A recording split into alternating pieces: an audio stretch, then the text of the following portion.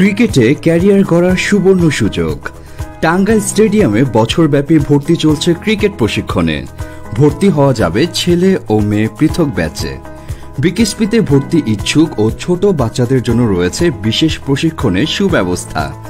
দূরবর্তী ছাত্রদের জন্য আছে আবাসিকের সুবিধা। আগ্রহীরা আজই যোগাযোগ করুন টাঙ্গাইল স্পোর্টস একাডেমিতে।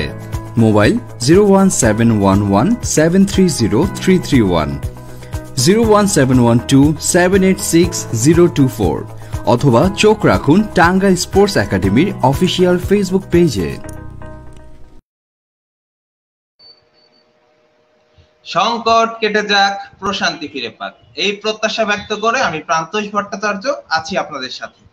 বরাবরের মতো আজকের পর্বে এসেছেন দুজন বিশেষ অতিথি। করোনাকালীন সংকটে টাঙ্গাইলের জাবিয়ানদের নিয়ে বংশাই টেলিভিশনের বিশেষ ধারাবাহিক আয়োজন জাবিড্ডা। আজকের পর্বে অতিথি হিসেবে উপস্থিত হয়েছেন টাঙ্গাইলের কৃতি সন্তান, জাহাঙ্গীরনগর বিশ্ববিদ্যালয়ের সাবেক শিক্ষার্থী, নবম ব্যাচের মোহাম্মদ ইদ্রিস আলী এবং জাহাঙ্গীরনগর বিশ্ববিদ্যালয়ের সাবেক জাবিয়ান দশম ব্যাচের সম আজাদ ভাই। আমাদের অনুষ্ঠানে অংশ নেওয়ার জন্য আপনাদেরকে জানাই সাদর সম্ভাষণ। এমন একটা সংকটে আমরা আছি যার থেকে নিস্তার পাওয়ার উপায় ঘরে থাকা, স্বাস্থ্যবিধি মেনে চলা এবং শারীরিক দূরত্ব বজায় রাখা। কিন্তু তাই বলে কি থেমে থাকছে জীবন জীবিকা? করোনাকে সঙ্গী করেই চলছে আমাদের সেই পথ চলা, আর সেই পথ চলার সঙ্গী হয়েছে ডিজিটাল বাংলাদেশ। শুরুতেই শুরু করছি আমাদের আজকের মূল আড্ডা, শূন্য থেকে শুরু। যাচ্ছি আমাদের নবম ব্যাচের শিক্ষার্থী মোহাম্মদ ইদ্রিস আলী ভাইয়ের কাছে।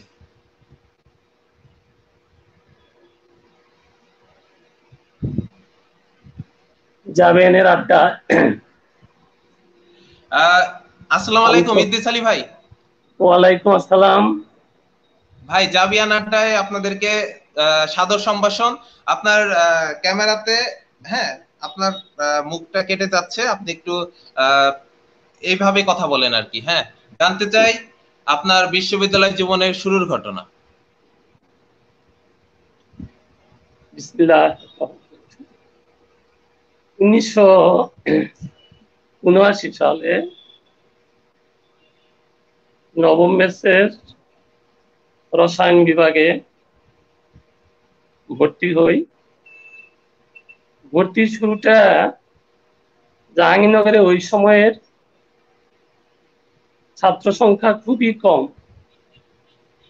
মাত্র 3টা হল, ছেলেদের 2টা হল। 1 নম্বর হল যেটা মীর মোশাররফ হোসেন হল, 2 নম্বর হল আলবেরিনি হল এবং মেয়েদের একটা হল ছিল নওয়াব ফয়জুন্নেসা হল। জাহাঙ্গীরনগরের রসায়নের নবম ব্যাচের আমরা ভর্তি হই 45 জন ছাত্রছাত্রী, টোটাল 45 জন। তার মধ্যে মেয়ে ছিল 5 জন আর আমরা ছেলে ছিলাম 40 জন। শুরুটা আমাদের ভালোই লাগছিল এই জন্য যে সারা বাংলাদেশে একমাত্র আবাসিক ইউনিভার্সিটি জাহাঙ্গীরনগর। আমরা যে কতজন ছাত্রছাত্রী ভর্তি হই, ভর্তি হওয়ার সময় আমরা জানতে পারি কে কোন হলে তার সিট হয়েছে।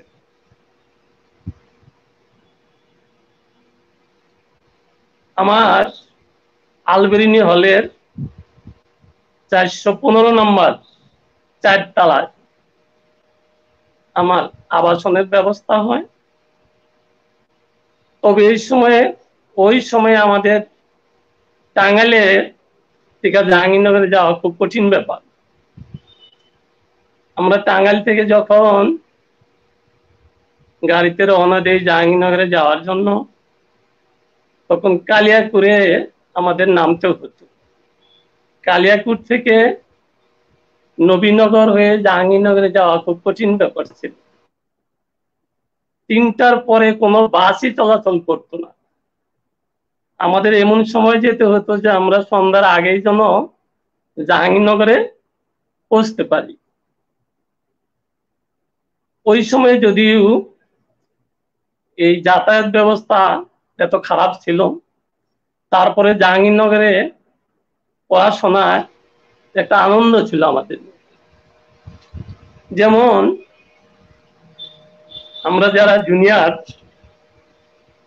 এবং সিনিয়ররা আমাদেরকে এত স্নেহ করতেন, এবং শুধু তাই না, পড়াশোনার জন্য যদি আমরা ঘোরাফেরা করতাম, সন্ধ্যার পরে আমাদের ডেকে নিয়ে আসতো হলে, যে দেখো আবাসিক ইউনিভার্সিটি, এখানে তোমাদের এই এই এই সুযোগটা অন্তত আছে যে ভালো রেজাল্ট করার। জাহাঙ্গীরনগরে অন্য কোনো বিশ্ববিদ্যালয়ে এই সুযোগটা খুবই কম। এই দিক থেকে আমরা সৌভাগ্যবান ছিলাম যে বাংলাদেশ স্বাধীন হওয়ার পরপরই, ৭৯ সালে স্বাধীন হওয়ার পরপরই, যে এই জন্যই সৌভাগ্যবান যে একটা আবাসিক বিশ্ববিদ্যালয়ে পড়ার সুযোগ পেয়েছিলাম। আর এখন তো হলের সংখ্যাও বাড়ছে, ছাত্রছাত্রীর সংখ্যাও বাড়ছে, কিন্তু ওই সময় যে পরিবেশ ছিল,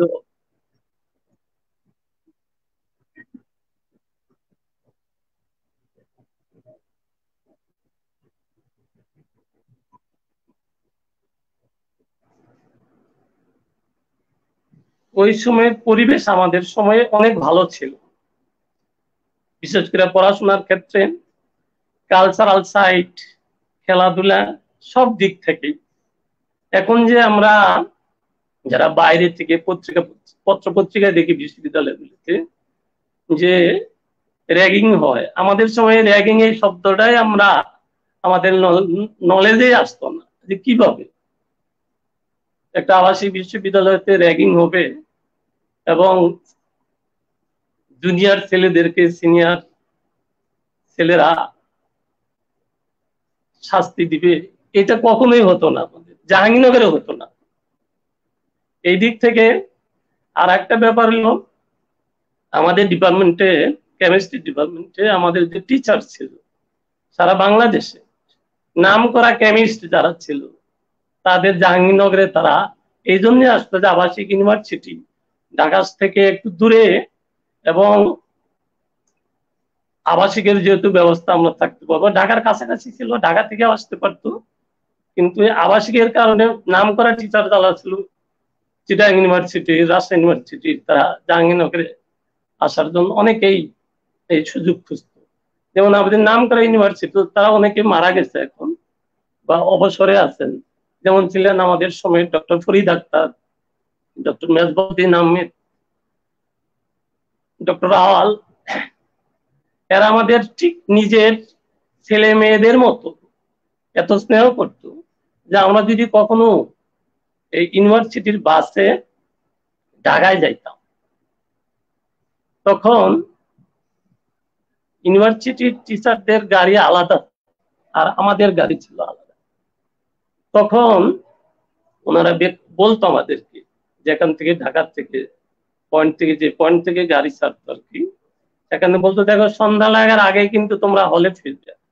শুধু তাই না, আমরা যারা ঢাকায় বেড়াতে যাইতাম, পরের দিন আমাদের ক্লাসে জিজ্ঞাসা করতো এরকম, যারা বিশ্ববিদ্যালয়ে এখন অসম্ভব মনে হবে, ঠিক প্রাইমারি শিক্ষার মতো, পরের দিনে আমাদের ক্লাসে জিজ্ঞাসা করতেন, এই কালকে তো তুমি ঢাকা গিয়েছিলে কি জন্য? যে স্যার একটু কেনাকাটা ছিল। যে কেনাকাটা মাসে একবার যাবা, সপ্তাহে যাবে কেন? এরকম অবস্থা ছিল আমাদের। যারা এখন ছেলে মেয়েদেরকে বললে অসম্ভব, এটা তো প্রাইমারিতে হতো, বিশ্ববিদ্যালয়ে এরকম হয় নাকি? যে হ্যাঁ, আমাদের জাহাঙ্গীরনগরে এটা ছিল। এইভাবে আমাদের সময় কাটতো, এবং সিনিয়রদের মধ্যে এরকম আমাদেরকে বলতো, ওই হলে সন্ধ্যার পরে যখন আমরা হলে আসতাম, তখন ওই সিনিয়র জুনিয়রদেরকে বলতো আমাদের, এই তোমরা নাস্তা করে পড়তে বসো। এখন আমাদের বিশ্ববিদ্যালয়ে এরকম পরিবেশ এখন নাই, যেটা পত্র পত্রিকায় আমরা দেখছি আর কি। ওই সময়ের মতো, যদিও জাহাঙ্গীরনগরে এখনো আবাসিক বিশ্ববিদ্যালয় আছে, বাংলাদেশের একমাত্র আবাসিক ইউনিভার্সিটি, কিন্তু পরিবেশ, রাজনৈতিক পরিবেশ, লেখাপড়ার পরিবেশ আগের মতো ওইরকম আশিক ইউনিভার্সিটির যে নিয়ম কানুন, ওইটার নিয়ম এখন ওইভাবে মানা হচ্ছে না এখন।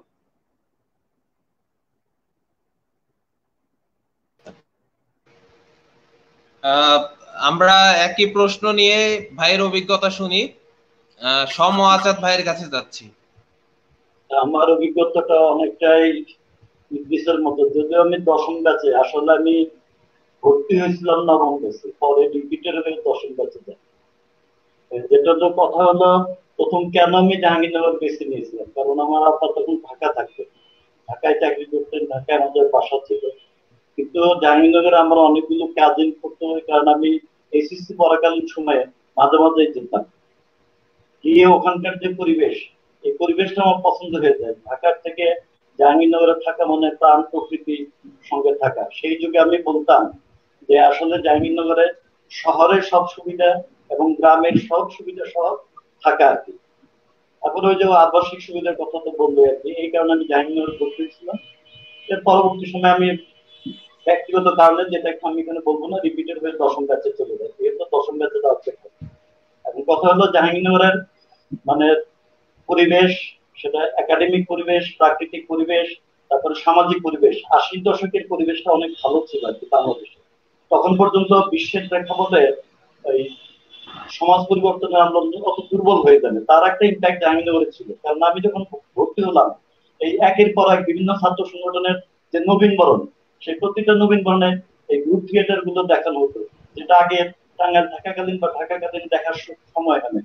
এখন আমার মনে পড়তেছে নাগরিক নাট্য সম্প্রদায়ের কৌপনিকের ক্যাপ্টেনের কথা মনে পড়তেছে। তারপরে আরণ্যক নাট্য গোষ্ঠীর নাটকের নাম নাই, সেটা দেখেছিলাম। এরকম অসংখ্য স্মৃতি। আর জাহাঙ্গীরনগর ইউনিভার্সিটিতে কেমিস্ট্রি পড়তে হওয়া মানে সেখানে ল্যাবরেটরির ব্যাপার তো আছেই। ল্যাবরেটরি আমার খুব প্রিয় জায়গা, তারপরে লাইব্রেরি খুব প্রিয় জায়গা, তারপরে বিভিন্ন ডিপার্টমেন্ট, বিশ্ববিদ্যালয় সমাজ বিজ্ঞান অনুষদের সেমিনার কক্ষ, সেটাও আমার প্রিয় জায়গা। কারণ আমার একটা ঝোঁক ছিল যে এই প্রকৃতি বিজ্ঞানের সঙ্গে সঙ্গে সমাজ বিজ্ঞানেরও আমি অনুসন্ধানছি, একজন শিক্ষার্থী নিজেকে মনে করতাম। সেটা অনেক শেখা। জাহাঙ্গীরনগরের কেমিস্ট্রি ডিপার্টমেন্টের সেমিনারে যেমন অনেক দেশ বিদেশের বিজ্ঞানীদের বক্তৃতা শুনে ঋদ্ধ হয়েছে, একইভাবে মে দিবসের সেমিনারে, রাষ্ট্রবিজ্ঞান বিভাগে আয়োজিত মে দিবসের সেমিনারে আমার এখনো মনে পড়ে যে গুনার মিটার নামে একজন দক্ষিণ এশিয়ার উপরে একজন বিশেষজ্ঞ অর্থনৈতিক বিশ্বজ্ঞানী এসেছিলেন আর কি, আমার এখনো মনে পড়ে। তারপরে মনে পড়ে সেই মে দিবসের সেমিনারে সর্দার ফজলুল করিম স্যারের কথা, তারপরে এম আকাশের কথা। এরকম অসংখ্য ব্যাপার আছে, মানে সব জায়গায় শেখার বিষয়। এই জিনিসটা যেটা অন্যান্য জায়গায় মানে এটা একটু দুষ্কর আর কি। এই জন্য জাহাঙ্গীরনগর দ্বারা আমি পুরোপুরি ঋদ্ধ হয়েছে। প্রথম বেশি ঋদ্ধ হয়েছে হাই স্কুলে পড়ার সময়, ইন্টারমিডিয়েট তো ছোট 2 বছরেরই তেমন একটা হয় না। তারপরে দ্বিতীয় আমার জন্ম হচ্ছে জাহাঙ্গীরনগর ইউনিভার্সিটিতে, এটুকুই আমি বলতে চাচ্ছি।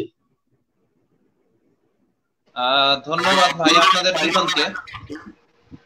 সবচেয়ে মজার বিষয় আজকে তাহলে আপনারা দুজন বন্ধু আবার অনেকদিন পর হলেও একসাথে হতে পেরেছেন। কোভিডের সময় প্রথম আজকে কথা হলো। হ্যাঁ, আর হচ্ছে এটা আপনাদের দুজনের একটা কোরাম হয়ে গেল নাকি ভাই? রসায়ন রসায়ন কোরাম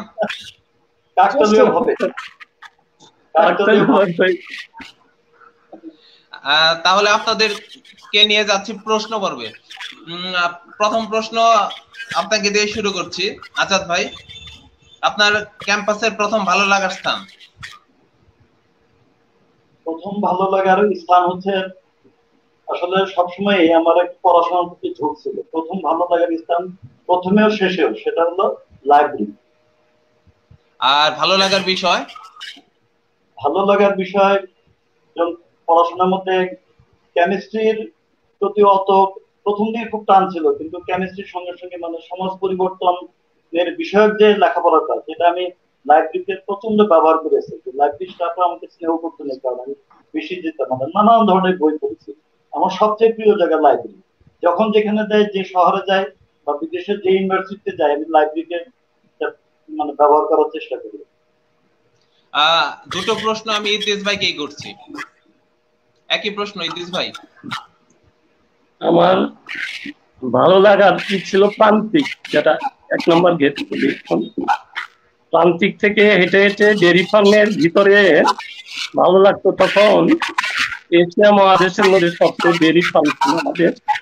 ওই ফার্মের ভিতরে বেড়াতে গেতাম ওই গরু দেখতে আর কি। 1 নম্বর গেট থেকে ওই বিকাল টাইমে ঘুরতে ঘুরতে ঘুরতে ডেয়ারি ফার্মে দেখতাম। তারপরে যে ভালো লাগাটা, যে হল লাইফে দেখা যেত যে সবচেয়ে বেশি পত্রিকা পড়তাম, ম্যাগাজিন পড়তাম। আলবিনে সব মাত্র 2টা হলই ছিল তখন। ওই পত্রিকা পড়াটা আমার সেই ছোটবেলার থেকে বেশি ছিল, ম্যাগাজিন পড়ে। এবং কেমিস্ট্রির ওই সিলেবাসের বাইরেও কিছু বই পড়াশোনা করতাম। এটাই ছিল সবচেয়ে বেশি শখ আমার। ইদ্রিস ভাই, আপনার মাথা কেটে যাচ্ছে। হ্যাঁ, আপনি যদি এই জায়গায় মানে এই পজিশনে থেকে কথা বলেন তাহলে সবচেয়ে ভালো হয়।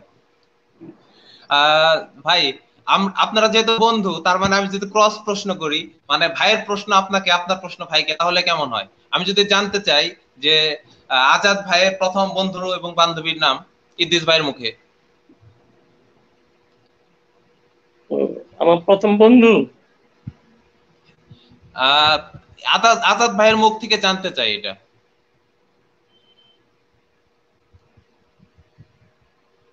ক্লাসে সভাপতি যারা ছিল তারা, বিশেষ কোনো বন্ধুর খবরটা আমি জানি না।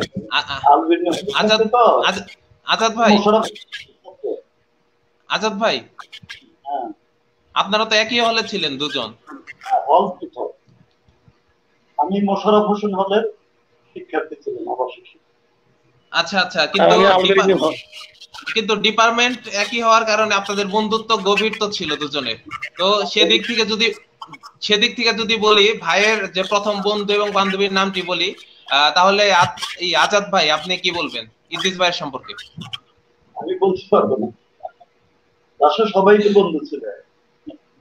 প্রথম বন্ধু আর প্রথম বান্ধবী এটা আমি জানি না। আচ্ছা, তাহলে আপনারটাই বলেন আপনি। আমার প্রথম পরিচয় হয়েছিল মানে ইন্টারভিউ দিতে যায়, এই ইন্টারভিউ পরে আর কি। কবিরউদ্দিন নামে আমাদের যারা ক্লাস করছিল, খুব লম্বা, 6 ফুট লম্বা, অসম সাহসী। পরবর্তী সময়ে ওই আমি এবং কবিরউদ্দিন হচ্ছে ওই মোশাররফ হোসেন হলের এই ব্লকে 257 নম্বরে আবাসিক। ও হলো আমার প্রথম বন্ধু। আর প্রথম বান্ধবী? প্রথম বান্ধবী তো ক্লাসের যারা আছে সবাই সবাই বান্ধবী। আচ্ছা, আমি একই প্রশ্ন নিয়ে যাই। হ্যাঁ, ইদ্রিস ভাইয়ের কাছে। আমার প্রথম বন্ধু, এটা একটা হাসির ব্যাপার। এই সিলেটের এক আমার ক্লাসমেট বন্ধু মাহবুবুর রহমান।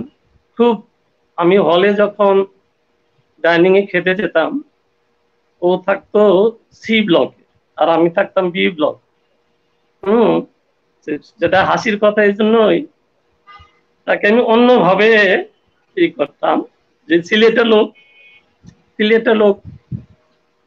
আর ওর বাবা থাকতো তখন কানাডাতে, আর মা হইলো থাকতো তখন ইংল্যান্ডে। তখন আমি ওকে বলতাম কি, যদি ওইটা হাসির ব্যাপার, আড্ডা, দুলাভাই হিসাবে বলতাম তাকে, এই দুলাভাই আজকে তুমি আমাকে কি খাও। ঠিক এই সম্পর্কটা এখনো আছে। সে ইংল্যান্ডে থাকে, সপ্তাহে একদিন আমার সাথে কথা হয়, কিন্তু ওই সম্পর্ক এখনো আমার আছে। মানে এত ভালো সম্পর্ক ইউনিভার্সিটিতে আমার আর কারোর সাথে এরকম ছিল না, সকাল বিকাল দুপুর এবং ডিপার্টমেন্টও। আচ্ছা, আপনাদের দুজনের মধ্যে কি কখনো ঝগড়া হয়েছে ইদ্রিস ভাই আজাদ ভাইয়ের মধ্যে? না, কখনো না। ইদ্রিস ভাই আজাদ ভাই সম্পর্কে একটি ভালো গুণের কথা বলেন।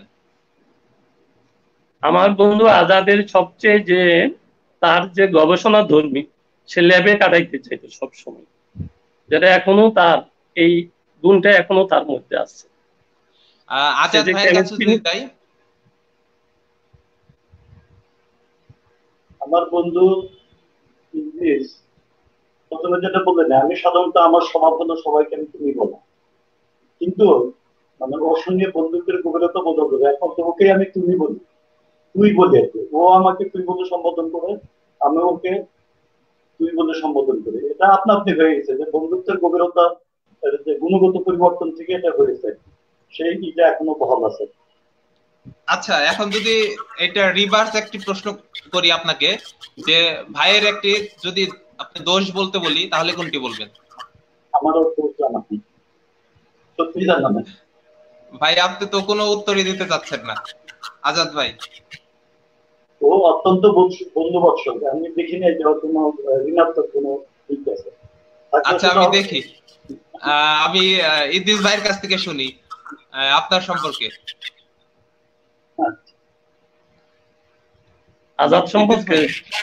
হ্যাঁ হ্যাঁ, আজাদ ভাইয়ের যদি একটি দোষ ধরতে বলি আপনাকে। না না, যেটি আমরা মুদ্রা দোষ, যেটি আমরা মুদ্রা দোষ যদি বলে থাকি, আরেকটু সহজ করে দেই। না, এইরকম তার মধ্যে যে একটা মুদ্রা দোষ, এরকম আমি ছাত্র জীবনে বা এখনো যে আমরা টাঙ্গাইলে অবস্থান করি, এরকম কোন মুদ্রা দোষ ওর মধ্যে নাই, খুঁজে পাইনি।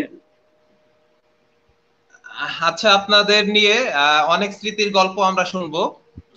স্মৃতির পাতায় আপনার বন্ধুরা কেমন আছে সেটি আমরা জানতে চাবো, কিন্তু তার আগে নিয়ে নিচ্ছি ছোট্ট একটি বিরতি।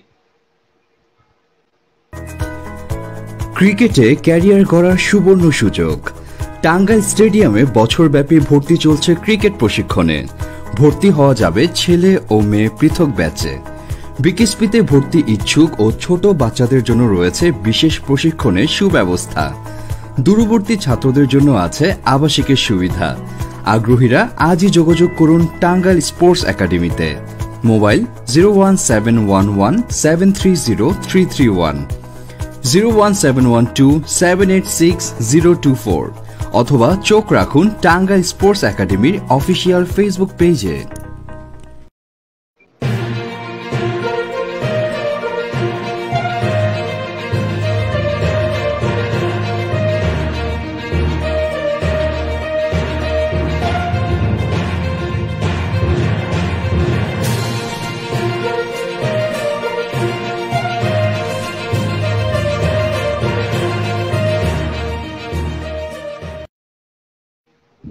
বিরতির পর আবারও ফিরে আসলাম আমাদের আজকের জাবিরটায়। আমাদের সাথে যুক্ত আছেন দুজন আমার প্রিয়, দুজন শ্রদ্ধাভাজন বড় ভাই, সম আজাদ ভাই এবং মোহাম্মদ ইদ্রিস আলী ভাই। চলছে তাদের সাথে আড্ডা। আপনারা যারা দেখছেন আমাদেরকে, তারা আমাদের বংশী টিভির ফেসবুক পেজ এবং ইউটিউব চ্যানেল থেকে আমাদের সাথে যুক্ত হতে পারেন। আপনাদের মতামতের উপর ভিত্তি করে আমাদের অতিথিদেরকে প্রশ্ন করব। ইতিমধ্যেই আমাদের দুজন ভাইকে নিয়ে আড্ডাতে আমরা কথা বলছি। এখন আমরা চলে যাব তাদেরকে নিয়ে ভাবনায় টাইম মেশিন এ। ভাই, আপনাদের দুজনকে নিয়ে যাচ্ছি ভাবনায় টাইম মেশিন এ, যে সময় আপনারা ছিলেন শিক্ষার্থী। শুরুতেই যাচ্ছি ইদ্রিস ভাইয়ের কাছে। ভাই, এখন যদি ক্যাম্পাসে ফিরে যেতে পারেন তাহলে কোন সময় ফিরে যাবেন? ইদ্রিস ভাই। ক্যাম্পাসে মূলত আমি জাহাঙ্গীরনগরের প্রতি, যখন আমি জাহাঙ্গীরনগর ভর্তি হই, ভর্তি হওয়ার পর থেকে আমার মনের মধ্যে একটা এই জায়গায় যে আমি জাহাঙ্গীরনগরে অবস্থান করবো, যদি ইতিহাসটা নিয়ে আমি এখন আমি করোনার কারণে হয়তো জাহাঙ্গীরনগরে যাওয়া হচ্ছে না, কিন্তু আমি প্রতি মাসেই জাহাঙ্গীরনগর যাই বেড়াতে। জাহাঙ্গীরনগরে যে প্রাকৃতিক দৃশ্য এবং শীতকালে যে পাখি আসে, এটা দেখার জন্য আমি জাহাঙ্গীরনগরে আমার যাওয়া হয়। শুধু তাই না, জাহাঙ্গীরনগরের প্রতি এত আগ্রহের কারণেই এবং আমার মনের মধ্যে এমন স্থির করেছি আমি যে বৃদ্ধ বয়সে বা পরবর্তী জীবনটা যতদিন জীবিত রাখবে আল্লাহ তাআলা, আমি জাহাঙ্গীরনগরে ক্যাম্পাসের বাহিরে একটা বাসা করার চিন্তা করছি।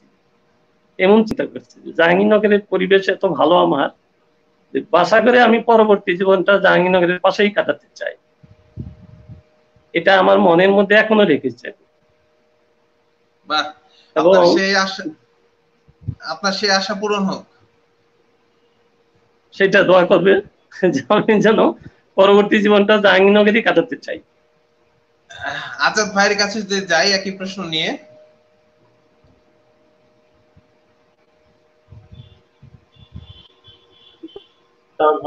কিন্তু জগৎ এবং জীবন সমাজ সবকিছু পরিবর্তনশীল।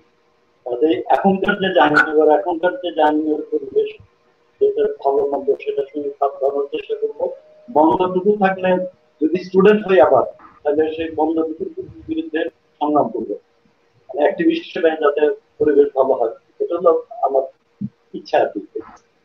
আসলে সবই ভালো মন্দ মিলাই, কাজে মন্দ কোনো ঘটনা ঘটলে সেখানে প্রতিরোধ করতে পারবে, এটা তাই বিশ্বাস। আজাদ ভাই, ক্যাম্পাস জীবনের প্রথম বন্ধুকে যা আজও বলা হয়নি, সেটি কি?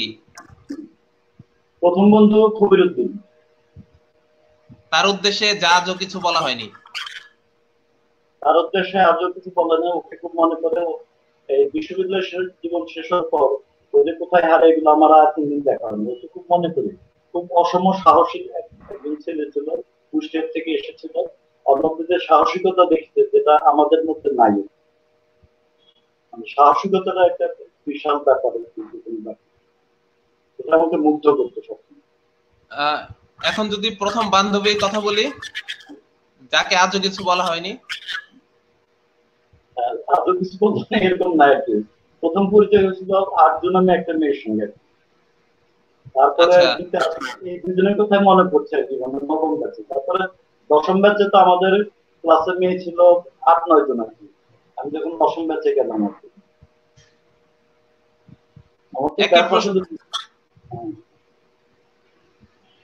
হ্যাঁ আজাদ ভাই,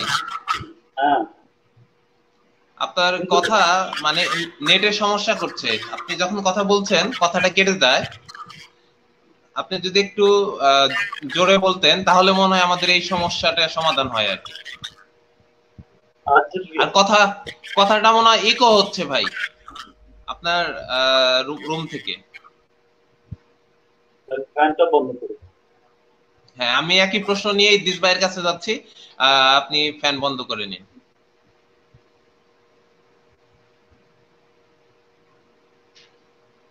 আমার প্রথম বন্ধু মোহাম্মদ জাহাঙ্গীর হোসেন। ও খুব চঞ্চল প্রকৃতির ছিল। ওকে বন্ধু হিসাবে এই জন্য আমি প্রথম বিশ্ববিদ্যালয়ে যাই বেছে নেই। ও যদি আলবেনিয়া হলে থেকে গাড়ি যেত, একটা সিট আমার জন্য, ইদ্রিস আসে তোর জন্য কিন্তু আমি সিট রেখে রাখি। আবার ক্যান্টিনে খেতে যাব, ডাইনিং এ খেতে যাব, একটা চেয়ার আমার জন্য রেখে দিত। সেই স্মৃতি এখনো আমি, যদি আমার ওই বন্ধু বেঁচে নাই, মারা গেছে, স্ট্রোক করে মারা গেছে কয়েক বছর আগে, কিন্তু ওকে আমি বলতে পারি না এখন, সেই জাহাঙ্গীর। ভাইয়ের বিদেহী আত্মার শান্তি কামনা করি। ভাই যেন জান্নাতবাসী হোক। সেটাই। আপুকে নিয়ে যদি কিছু বলতেন, আপনার প্রথম বান্ধবীকে উদ্দেশ্য করে, যাকে আজও কিছু বলা হয়নি। প্রথম বান্ধবী ওই সেন্সে না, ক্লাসমেট আর কি ছিল।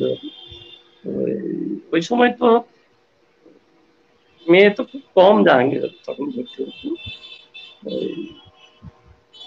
ক্লাসমেট আর কি, ওই সেন্সে না, ক্লাসমেট। ওই গীতা ছিল, সে এখনো আছে, এখনো মাঝে মাঝে রিং দেয় আর কি, ক্লাসমেট হিসাবে। আচ্ছা, আপনাদের দুজনেরই মানে ভালো লাগার ভালোবাসার গল্প অবশ্যই রয়েছে। তো আমি আপনাকে দিয়ে শুরু করছি, আপনার ভালো লাগার ভালোবাসার গল্প জানতে চাই। আসলে ক্যাম্পাসে যে ভালো লাগাটা, আসলে আমাদের কেমিস্ট্রিতে যারা পড়াশোনা করতাম, এরকম তো সময় বাইরে আমরা দিতে পারতাম। 2টার সময় একটা ক্লাস শেষ হইতো, হলে এসে ডাইনিং এ খাওয়ার পরে আবার 2টার সময় ডিপার্টমেন্টে যে ওই প্র্যাকটিক্যাল শুরু হতো। প্র্যাকটিক্যাল শেষ হতে হতে অনেক সময় দেখা যেত যে সন্ধ্যা লেগে যায়। সন্ধ্যার পরে হয়তো ওই তখন এখন যে অবস্থা জাহাঙ্গীরনগরের সেই ডেইরি ফার্ম গেট, আমাদের সময় ওইরকম ছিল না, দোকানপাটই ছিল না, খুব কম ছিল, যার জন্য ওই ক্যাম্পাসের বাইরে আর বেশি সময় আমরা কাটাতাম। ওই তখন সেন্ট্রাল ক্যাফেটেরিয়া আমাদের সময় আমরা যখন চলে আসলাম তখন হলো আর কি সেন্ট্রাল ক্যাফেটেরিয়া। ওই সন্ধ্যার সময় ওখানে প্র্যাকটিক্যাল করে, কেমিস্ট্রি ডিপার্টমেন্ট আমাদের প্রথম ছিল কলা ভবনের এই সাইডে। আর থার্ড ইয়ারে যে আমরা পেলাম এখন যে কেমিস্ট্রি ডিপার্টমেন্ট এবং ফিজিক্স পাশাপাশি, তখন ওই প্র্যাকটিক্যাল শেষ করে আমরা ওই কিছু সময়ের জন্য ওই আড্ডা মারতাম। আর যে যেটা ভালো লাগার, ওই যে আমার যে বন্ধু ছিল একটু আগে বললাম সে মারা গেছে, ওকে নিয়ে আমরা খুব মজা করতাম এই জন্যই যে রাস্তাটা যাইতে ওই যাচ্ছি এক বন্ধুরে বলে বলি অন্যরকম একটা কথা বলি, আর ওর নামই আমরা দিছিলাম যে এত নিউজ সে রাখতো ক্যাম্পাসে, ওকে আমরা নাম দিছিলাম রয়টার নাম দিছিলাম, ওই আমার বন্ধু।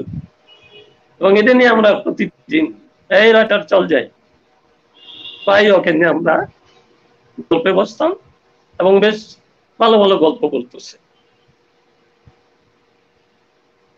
এইভাবে আমার পুরো বিশ্ববিদ্যালয় জীবনে ওর সাথে ম্যাক্সিমাম সময়।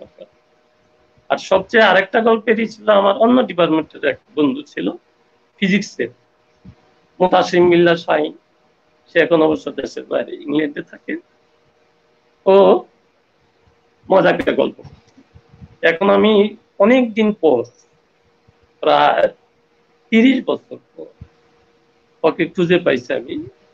ইংল্যান্ডের থেকে হঠাৎ করে আমাকে রিং দিতে, মানে রিং দিয়ে এমন অবস্থা সে মনে হয় যে আমি সেই জাহাঙ্গীরনগরের ক্যাম্পাসে অবস্থান করতেছি, যে তুই কিন্তু এখন সেই ক্যাম্পাসে, মনে হয় যে ও যদি ইংল্যান্ডে আমি টাঙ্গাইলে অবস্থান করতেছি, কিন্তু মনে হয় যে সেই ক্যাম্পাসে দীর্ঘ 30 বছর পর খুঁজে পেয়ে ওকে ক্যাম্পাসের মতো এখন বলা আছে যে তুই মাসে অন্তত একবার আমার সাথে কথা বলবি। এই দুই বন্ধু আমরা অন্তত ক্লাস শেষে, প্র্যাকটিক্যাল শেষে বিকেল টাইমে আমরা গল্প করতাম, হাঁটতাম, এইভাবে কাটছে আমাদের বিশ্ববিদ্যালয় জীবন। একই প্রশ্ন নিয়ে যাচ্ছি আজাদ ভাইয়ের কাছে।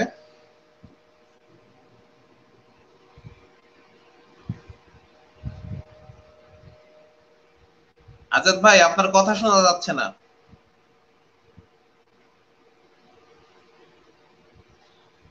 দুঃখিত আজাদ ভাই, আপনার কথা শুনতে পাচ্ছি না আমরা। এখন? হ্যাঁ, এখন শুনতে পাচ্ছি। ভালো লাগাটা যদি ভালোবাসার অর্থ হয় বা প্রেমের অর্থ হয় তাহলে অবশ্যই ছিল, কিন্তু সেটা ক্যাম্পাসের বাইরে টাঙ্গাইলে। হ্যাঁ, সেটাও শুনতে পারি আমরা। এখন যিনি আমার স্ত্রী সেলিনা বেগম, আমি যখন ফার্স্ট ইয়ারে করি উনি তখন কুমুদিনী কলেজে প্রথম বর্ষের ছাত্রী।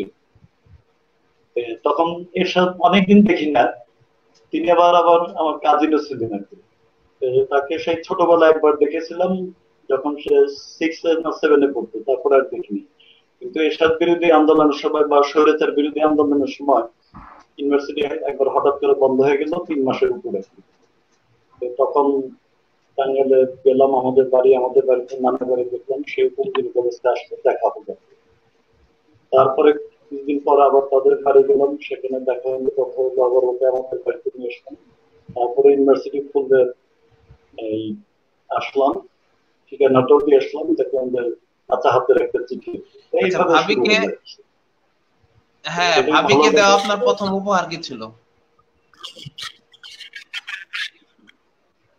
আমি সব সেই যুগে না ভিউ কার্ড দিতাম আর কি, ভিউ কার্ড আর বই। প্রথম উপহার কি দিতাম মনে নাই, কিন্তু ভিউ কার্ড, তারপর বই। যেমন একটা বইয়ের কথা বিশেষ করে মনে পড়তেছে, মিখাইল নেস্তোরকের ইসের উপর লেখা আর কি, নৃতত্ত্বের উপর একটা লেখা, প্রগতি পাবলিশার্স, সেই বইটা তাকে দিয়েছিলাম, এটা মনে আছে।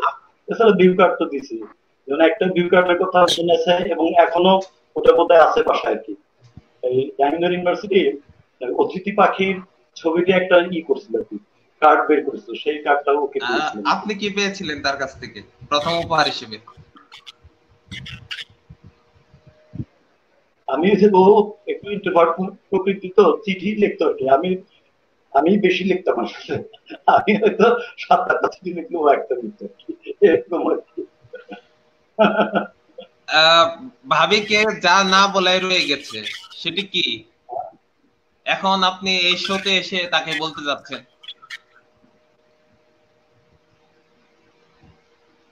বলার বা কি আছে কি বা নাই, খুব কঠিন প্রশ্ন আর কি। এখন হলো আমরা জীবনের শেষ প্রান্তে, তো যতদিন আছি যেন, এখন ভালোবাসাটা আবার ছড়িয়ে গেছে ছেলে মেয়ে সহ আর কি, একটা পরিবারের মধ্যে ছড়া গেছে আর কি। তো সেখানে পরিবারের মঙ্গল অমঙ্গল ছেলে মেয়েদের সহ, মানে ওকে আসলে কিছুই বলার না, আমার মধ্যেই মানে ইনকম্পিটেন্সি বলে, এটা আমার মধ্যে বেশি আর কি। আমি হয়তো স্বামী হিসাবে পরীক্ষা নিলে ফেল করবো, কিন্তু ও প্রেমিকা হিসেবে যাই থাক, কিন্তু স্ত্রী হিসেবে ওর মতো অ্যাবসেন্ট, স্ত্রী হিসেবে, ছেলে মেয়েদের মা হিসেবে, তারপরে ও শুধু নারী না, ও মানুষ হিসেবে খুব অ্যাবসেন্ট। মানে ও যে সমস্ত বিষয় মোকাবেলা করতে পারে, আমি পুরুষরা অনেক সময় পারি না। আমার জীবনে একজন অ্যাবসেন্ট এরকম মেয়ে পাইলো, প্রথমে মানুষ, তারপরে নারী। দেখি ইদ্রিস ভাইয়ের কাছে যাই একই প্রশ্ন নিয়ে।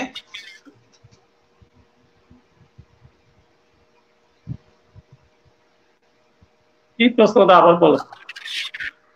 ভাবির কাছ থেকে পাওয়া আপনার প্রথম উপহার কি ছিল? ও, সে তো অনেক লম্বা, এই জন্যই সে তো ঢাকা বিশ্ববিদ্যালয়ে পড়াশোনা করত। আমি যখন ভাবি কোন ডিপার্টমেন্টে ছিল?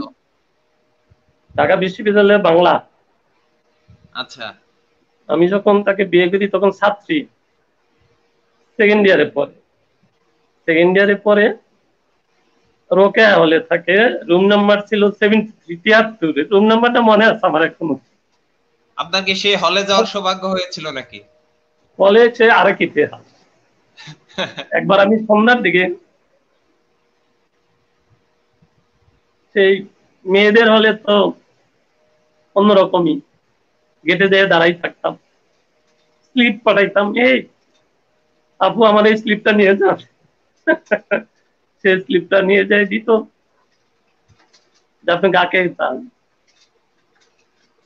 পরে বলতাম না যে আমার ওয়াইফ, হয়তো বিবাহিত মেয়েদেরকে তো হলে থাকা নিষেধ, পারমিশন দিত না। একবার হলো কি, সন্ধ্যার দিকে গেছি ক্যাম্পাসে,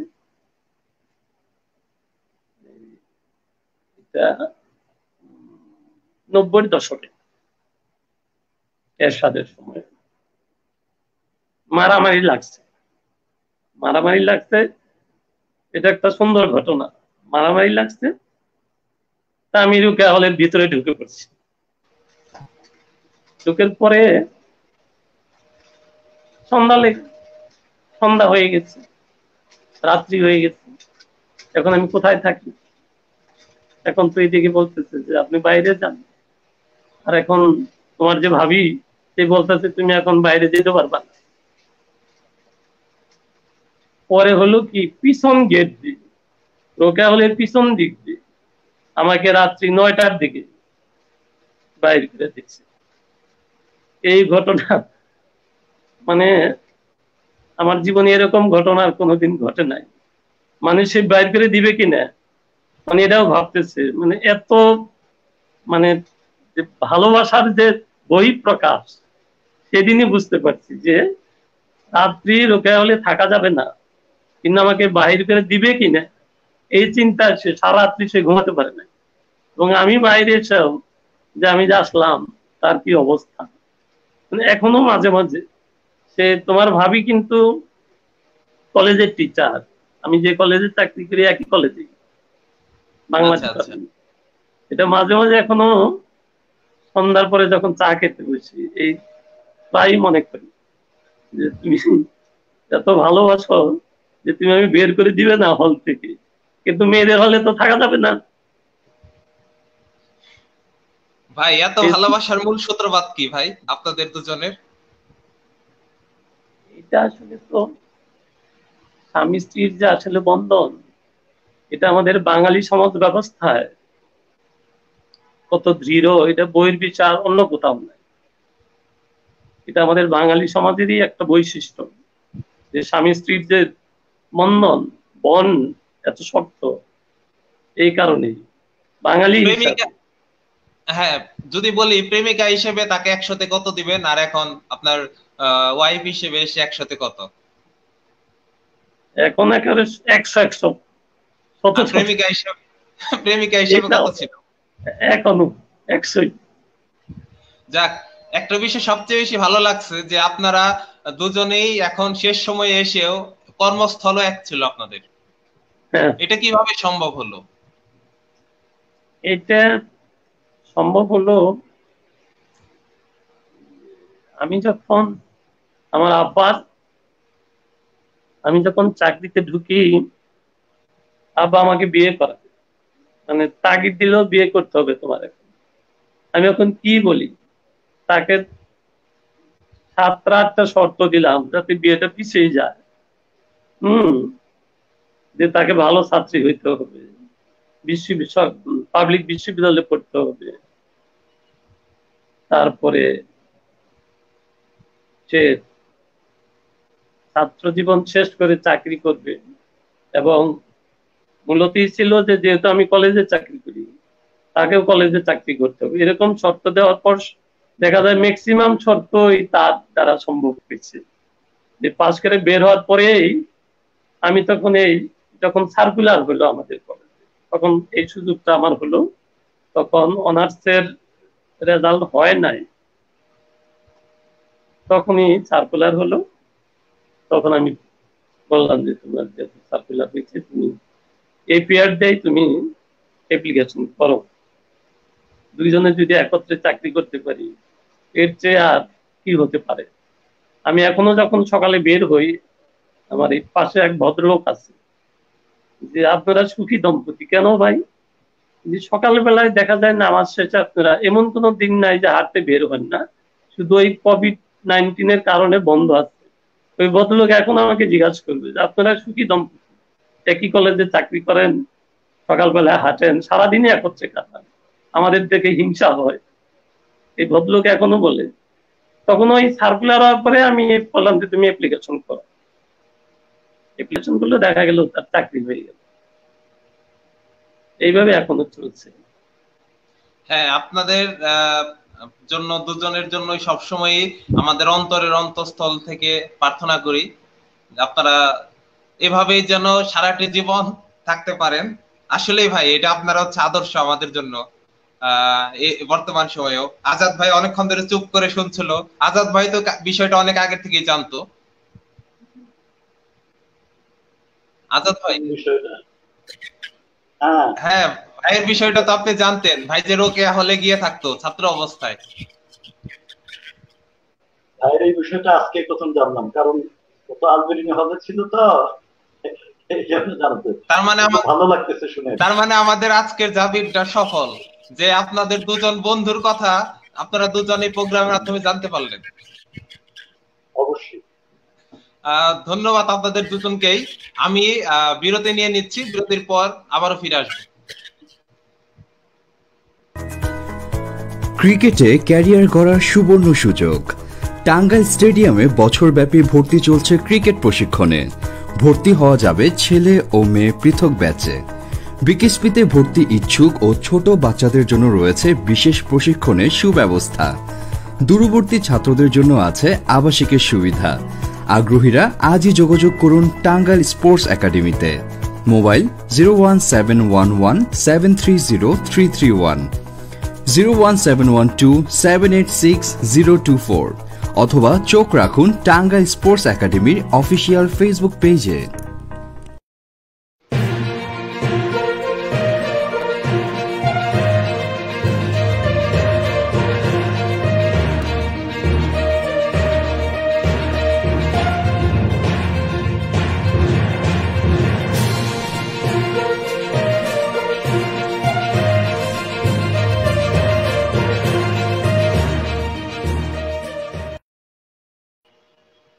বিরতির পর আবারও ফিরে আসলাম আমাদের আজকের জাবিরটায়। আমার মনে হচ্ছে আজকের জাবিরটা সফল, কারণ আমাদের ইদ্রিস ভাইয়ের যারা লাভ স্টোরি শুনলেন, মনে হচ্ছে জাবিরটা আজকে ভালোবাসার একটি গল্প হয়ে গেল। তো যাচ্ছি আবারও আজাদ ভাইয়ের কাছে। আজাদ ভাই, আচ্ছা, শুনতে পাচ্ছি। কি বিষয়ে? এখন যদি ক্যাম্পাসে ফিরে যেতে পারেন, আমি যদি বলি ঝটপট উত্তর নিতে চাচ্ছি আর কি আপনার কাছ থেকে, এটা ঝটপট উত্তর। ক্যাম্পাসের এখন কোন বিষয়টি আপনি মিস করবেন? ক্যাম্পাসে গেলে যে বিষয়টি মিস করবো, মানে অনেক বছরের পরিক্রমায় শিক্ষার্থীর সংখ্যা বেড়েছে, দালান কোঠা বেড়েছে, যার জন্য ওই আগের মতো যে নির্জনতা, ওই নির্জনতাটা আমি অবশ্যই মিস করবো। সলিটারি যে বিষয়টা, সেটা অবশ্যই মিস করবো। আমার একটু নির্জনতা খুব পছন্দ, এবং আমি নিজে খুব ইন্ট্রোভার্ট ক্যারেক্টার, তো এটা আপনাকে আমি আগেই বলেছিলাম আর কি। এখন আপনি এবং ওই মহম্মদ ভাইয়ের পিড়িতে আমি এই জাবিয়াতে এসেছি। নির্জনতাই আমি মিস করবো বেশি। আজাদ ভাই, আমরা একটা পারিবারিক আড্ডা দিচ্ছি, তো তো আমি তো আপনার ছোট ভাই, আপনি আমাকে তুমি করে বললে খুশি হব। আচ্ছা, ঠিক আছে। একই প্রশ্ন নিয়ে যাচ্ছি ইদ্রিস ভাইয়ের কাছে। ও কি মিস করবো? হ্যাঁ, করোনার এই সময়ে ক্যাম্পাসের কোন বিষয়টি আপনি মিস করছেন? সবচেয়ে বড় কি আমাদের সময় যে এখন যে তোমাদের কি বটতলা যে খাবার ব্যবস্থা, বটতলায় যে খাবার ব্যবস্থা, এটা আমি সাংঘাতিক মিস করি। যে না, আমাদের সময় এটা ছিল না। আমি ঢাকায় রওনা হলেও ক্যাম্পাসে গাড়ি ঢুকিয়ে অন্তত বটতলা কিছু খেয়ে নিই, আবার আসার সময় এটা মিস করি।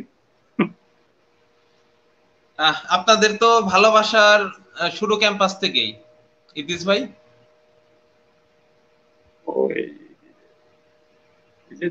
তোমার যে ভাবি, হ্যাঁ হ্যাঁ, না না না, আমি তো ও তো ঢাকা ইউনিভার্সিটির ছাত্রী ছিল, আমি তো জাহাঙ্গীরনগরে ছিলাম। কিন্তু না, দুজনেই তো ভার্সিটি লাইফে গিয়ে মানে আপনাদের প্রেম হয়, তাই তো? না না, প্রেমের যে ব্যাপারটা, ওটা তো বিয়ের পরে প্রেমের সম্পর্কটা হচ্ছে, বিয়ের আগে আমি চিনতাম না ওকে।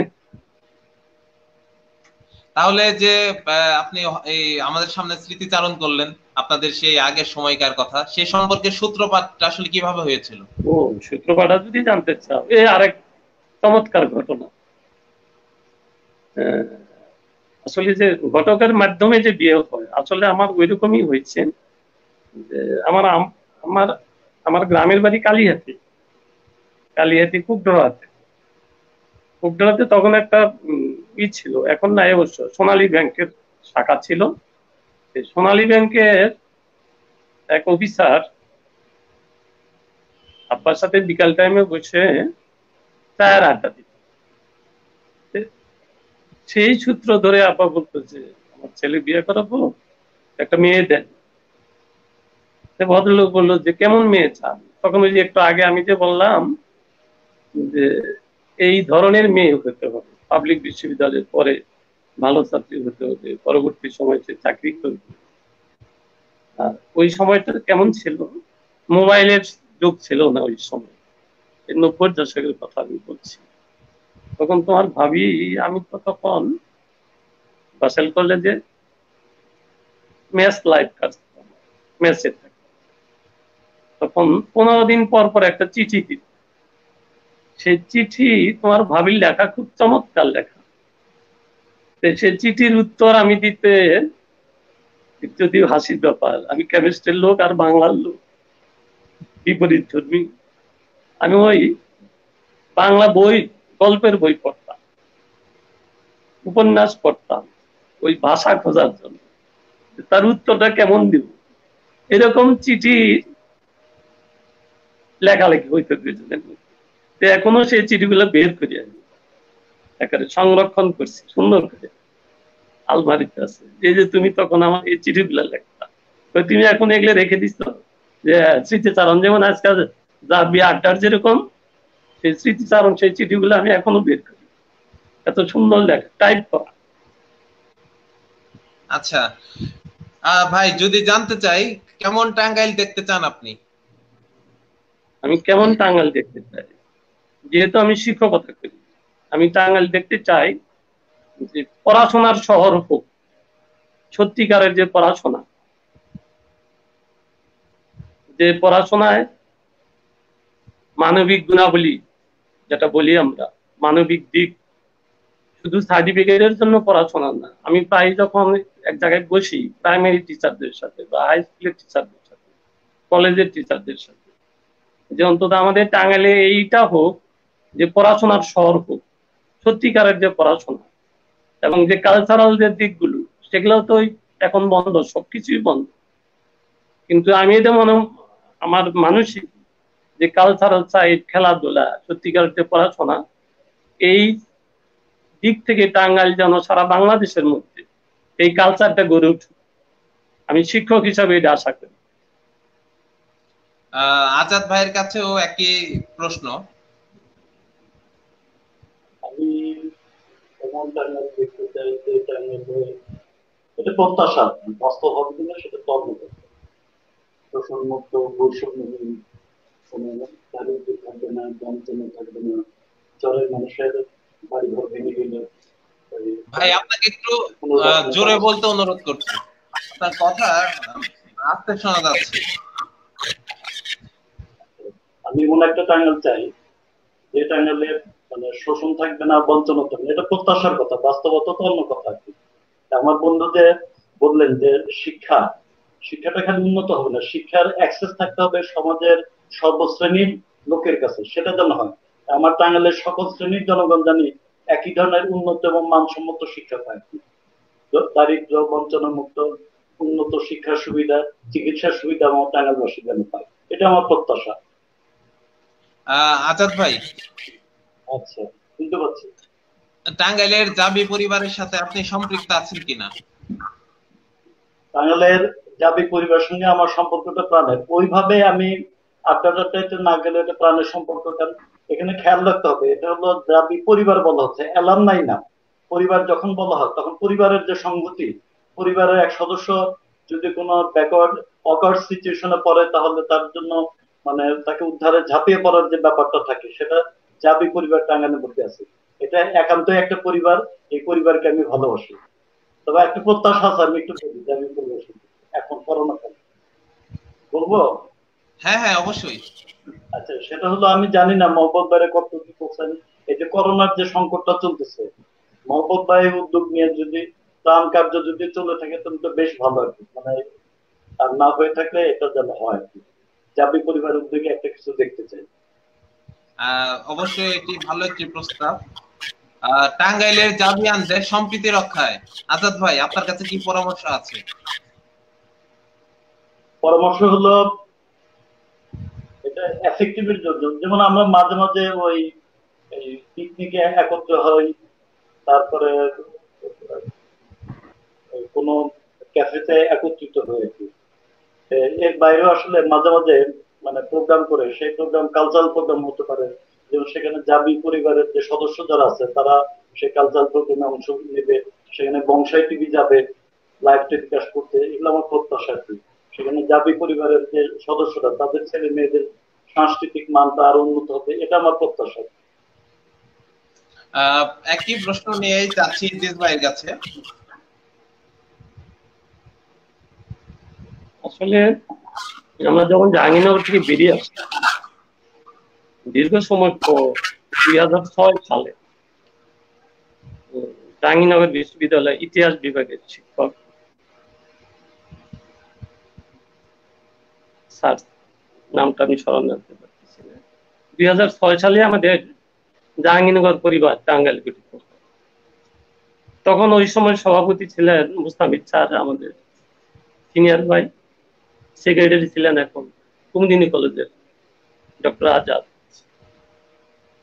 আর এখন যে জাহাঙ্গীরনগর পরিবার টাঙ্গাইলের সভাপতি আমাদের সিনিয়র ভাই, আমাদের কেমিস্ট্রি লোক মোহাম্মদ ইমরান, আর সেক্রেটারি আমার ইয়ারমেট মোহাম্মদ হোসেন খান।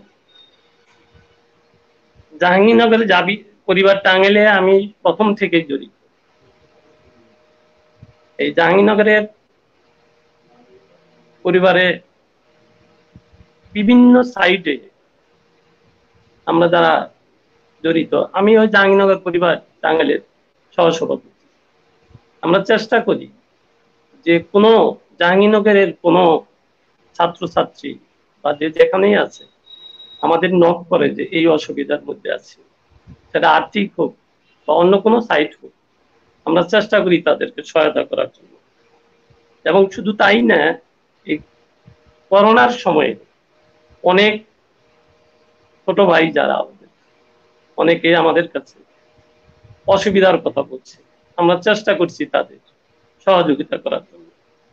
এবং আমরা মাঝে মাঝে করোনার কারণে বন্ধ আছে, আমরা মাসে 2 বার একত্র হতাম, আড্ডা দিতাম। এই যে জাবিয়ান যেরকম বংশাই টিভি যেরকম ব্যবস্থা করছো তোমরা, আমরা মাসে 2 বার আড্ডা দিতাম। শুধু আড্ডাই না, রাত্রে আড্ডা দিতাম 1 ঘন্টা, এবং আমাদের খাবার ব্যবস্থা হতো, নিজেরা আমরা এই ব্যবস্থা করছি। এবং আমরা বছরের এই যে শীতকালে আমরা পিকনিক করি, এবং জাবিয়ানের ফ্যামিলি, সবার ফ্যামিলি আমরা চেষ্টা করি নেওয়ার জন্য। তারপর আমাদের ঈদ পুনর্মিলনী, তারপরে রমজানের সময় ইফতার পার্টি, এই কাজগুলো জাহাঙ্গীরনগর পরিবার আমরা করার চেষ্টা করি। এবং ভবিষ্যতে আমাদের চিন্তা চেতনায় রাখছি যে আমরা মিটিং এ বসে অন্তত এটুকু আর কি করা যায়। কোনো, এই যে আমি আবার বলছি, বাংলাদেশের যে প্রান্ত, শুধু বাংলাদেশের না, বাংলাদেশের বাইরেও যদি জাহাঙ্গীরনগর বিশ্ববিদ্যালয়ের কোনো ছেলে মেয়ে কোনো অসুবিধার মধ্যে থাকে, আমরা চেষ্টা করি আর্থিক দিক বা অন্য যে কোনো সাইট হোক, সেটাকে চেষ্টা করি সেটা ফুলফিল করার জন্য।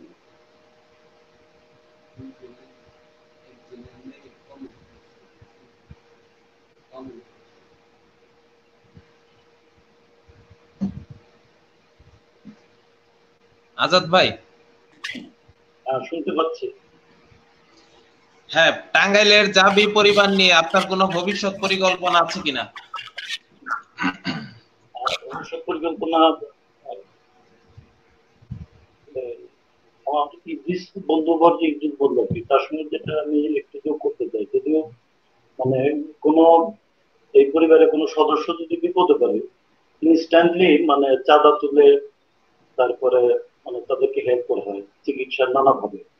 আমি যেটা বলতে চাচ্ছি যে মানে চাঁদা তুলে মানে একটা স্থায়ী একটা ফান্ড যদি কার্যকরী নেতৃত্ব তৈরি হয়, সভাপতি এবং সেক্রেটারির পরিচালনায় অ্যাকাউন্টটা পরিচালিত হয়, একটা স্থায়ী ফান্ড থাকলে একটা ভালো আর কি, আমার মতে আর কি। এবং এটা ইচ্ছে করলে ওনাদের যে সামাজিক যোগাযোগ আছে, কার্যকরী কমিটিতে যারা আছেন টাঙ্গাইল জাহাঙ্গীরনগর পরিবারের, তাদের বিভিন্ন সামাজিক যোগাযোগ আছে, সাধারণ জাবি পরিবারের চাঁদা তো আছে, তারপরে সামাজিক যোগাযোগ কাজে লাগেও তারা একটা ভালো অর্থ সংগ্রহ করতে। একটা ফান্ড তৈরি হলে ফান্ড কিন্তু একটা বিরাট ব্যাপার, তৎক্ষণাৎ অনেকে হেল্প করা যায়। যেমন একজন বিপদে পড়লো, তার চিকিৎসা দরকার, ক্যান্সার, চাঁদা তুললে কিন্তু অনেকটা সময় লাগে। এরকম একটা ফান্ড তৈরি করা যায় কিনা, এটা আমি মহব্বত ভাই, তারপরে ইমরান ভাই, তারপরে যে ইদ্রিস আছে, ওরা তো কার্যকরী কমিটিতে আছে, ইদ্রিস কার্যকরী কমিটিতে আছে, আমি এটা প্রস্তাব রাখতেছি। আচ্ছা, একই প্রশ্ন নিয়ে যাচ্ছি ইদ্রিস ভাইয়ের কাছে।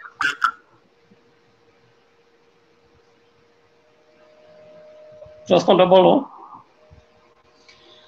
টাঙ্গাইলের জাবি পরিবার নিয়ে আপনার ভবিষ্যৎ পরামর্শ কি?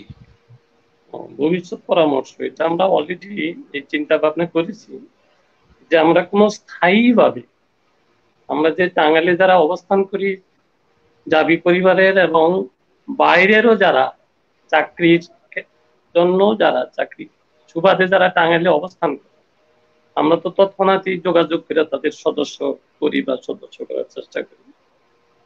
আমরা একটু চিন্তা করছি যে স্থায়ীভাবে কোনো স্থায়ী আমানত ব্যাংকে কোনো অ্যাকাউন্ট করে আমরা যদি প্রতি মাসে যে সদস্য আছে একটা চাঁদা ধরে যদি টাকা ব্যবস্থা করে রাখতে পারি, যে হঠাৎ করে কোনো টাকায় কোনো আর্থিক সাহায্য দিতে, যদি এই কাজটা করে রাখতে পারি আমাদের জন্য সুবিধা হয়।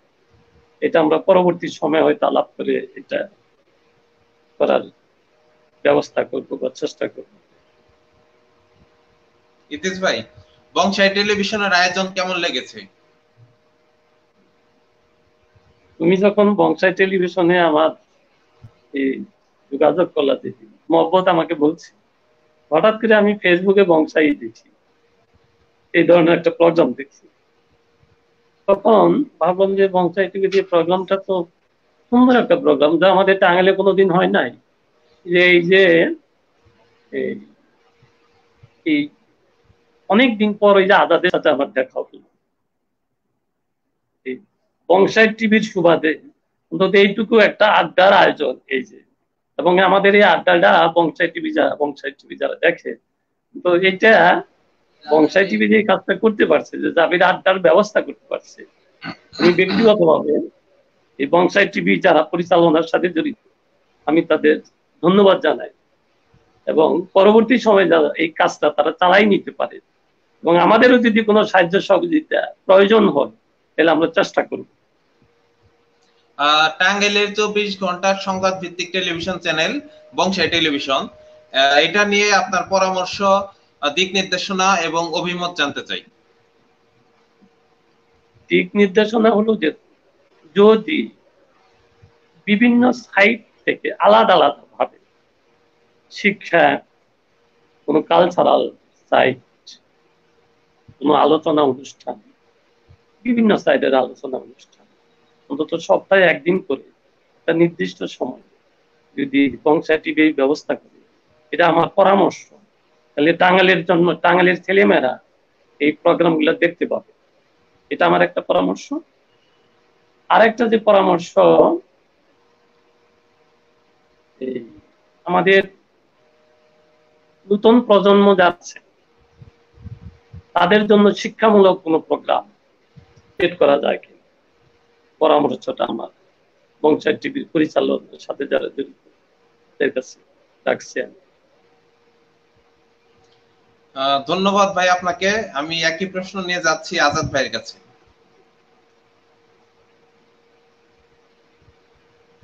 আজাদ ভাই, আপনার কথা শুনতে পাচ্ছি না।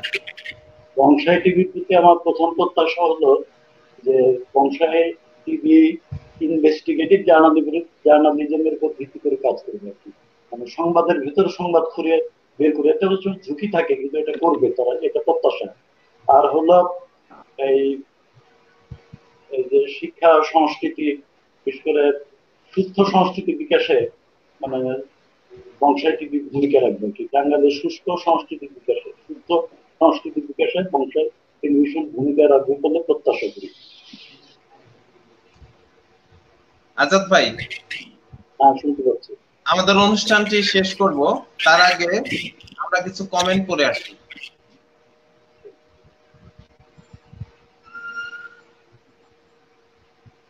আমাদের মোহাম্মদ হোসেন খান ভাই কমেন্ট করেছে, ইদ্রিস আলী ভাই এবং আজাদকে আজকের জাবিরটায় অংশগ্রহণ করার জন্য ধন্যবাদ। আমরা ওনাকে ধন্যবাদ দিচ্ছি, মোহাম্মদ ভাইকে অনেক ধন্যবাদ। আসলে উনি সুযোগটা করে দিছে, এবং আমি তো খুবই ইন্ট্রোভার্ট ক্যারেক্টার, আমি কিন্তু সহজে রাজি হই না কোথাও কথা বলতে, কিন্তু মোহাম্মদ ভাই এবং তারপরে যে তুমি প্রান্তোষ, এই যে এরকম একটা অনুষ্ঠান সম্ভব করলে এই জন্য ধন্যবাদ। মোহাম্মদ ভাইকেও ধন্যবাদ, তোমাকেও ধন্যবাদ। আপনার প্রতি অশেষ কৃতজ্ঞতা, আপনাকে আমি অনুষ্ঠানে আনতে পেরেছি, ভালো লাগতেছে। আমরা আরেকটি কমেন্ট দেখি মোহাম্মদ ভাইয়ের, ইদ্রিস আলী, তোমার প্রেমের চিঠি দেখার জন্য আগামী দিন বাসায় আসবো বন্ধু। ইদ্রিস ভাই, মোহাম্মদ তো আমার খুব কাছের লোক, কালকে ওকে চিঠিগুলো দেখাবো সকালে। ভাই আমরাও তো চিঠিগুলা দেখতে পারতাম। হ্যাঁ, ওয়েলকাম।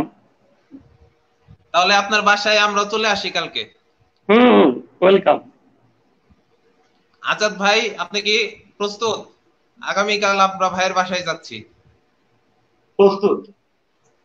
আচ্ছা ঠিক আছে, তাহলে কালকে আমরা সেই জাদুঘর থেকে দেখবো ভাইয়ের মানে ঘরের যে জাদুঘর, মানে চিঠিগুলা যেখানে রয়ে গেছে। আমাদের অনুষ্ঠান শেষ করব, তার আগে আপনাদের কাছ থেকে ছোট করে একটি করে মতামত নিতে চাই। প্রথমে ইদ্রিস ভাইয়ের কাছ থেকে নিতে চাচ্ছি। ইদ্রিস ভাই, সমগ্র বিষয় নিয়ে আপনার এখন ছোট করে একটি মতামত বা শেষ কোনো কথা থাকলে বলতে পারেন। আমি এটাই বলতে চাই যে জাবি পরিবারের টাঙ্গাইলের যে সেক্রেটারি মোহাম্মদ হোসেন খান প্রথমে আমাকে একদিন বললো যে এই বংশাই টিভি তোমাদের একটা আড্ডার ব্যবস্থা করতে চাই। আমার খুব ভালো লাগছে, এই ধরনের আড্ডা যদি বছর অন্তত একবারও হয়। আমি লাইভ প্রোগ্রাম কোনোদিন করিনি, আজকে প্রথম। আমার খুব ভালো লাগছে যে বংশাই টিভি ভবিষ্যতে আরো এই ধরনের প্রোগ্রাম করবে, এটাই আমি আশা করছি। আপনাকে অশেষ ধন্যবাদ। আমি একই বিষয় জানতে চাচ্ছি আজাদ ভাইয়ের কাছেও।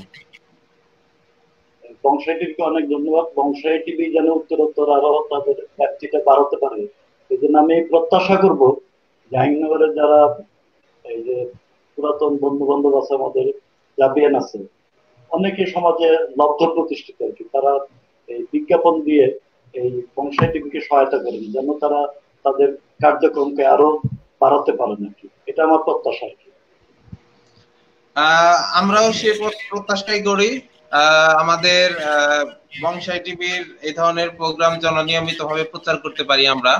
আমরা আসলেই বিজ্ঞাপন চাচ্ছি যে আমাদের যারা বিজ্ঞাপন করতে চায় জাবিরটায়, তারা যেন বিজ্ঞাপন দিতে পারে। ভাই, আপনাদের প্রতি অশেষ কৃতজ্ঞতা এবং ভালোবাসা জানিয়ে শেষ করব আমাদের আজকের দাবিটা। এরই মধ্য দিয়ে শেষ হয়ে গেল আমাদের আজকের দাবিটা। আমাদের আজকের দাবিটায় আপনাদের দুজনের অংশগ্রহণের জন্য জানাচ্ছি আবারও আমার অন্তঃস্থল থেকে অনেক অনেক শ্রদ্ধা এবং ভালোবাসা। আগামী পর্বে আমি হাজির হব প্রান্তোষ ভট্টাচার্য নতুন কোনো অতিথিকে সঙ্গে নিয়ে। সে পর্যন্ত ভালো থাকবেন, সুস্থ থাকবেন। শুভরাত্রি সবাইকে। ক্রিকেটে ক্যারিয়ার গড়ার সুবর্ণ সুযোগ। টাঙ্গাইল স্টেডিয়ামে বছরব্যাপী ভর্তি চলছে ক্রিকেট প্রশিক্ষণে। ভর্তি হওয়া যাবে ছেলে ও মেয়ে পৃথক ব্যাচে। বিকেএসপিতে ভর্তি ইচ্ছুক ও ছোট বাচ্চাদের জন্য রয়েছে বিশেষ প্রশিক্ষণের সুব্যবস্থা। দূরবর্তী ছাত্রদের জন্য আছে আবাসিকের সুবিধা। আগ্রহীরা আজই যোগাযোগ করুন টাঙ্গাইল স্পোর্টস একাডেমিতে। মোবাইল 01711730331, 01712786024 অথবা চোখ রাখুন টাঙ্গাইল স্পোর্টস একাডেমির অফিসিয়াল ফেসবুক পেজে।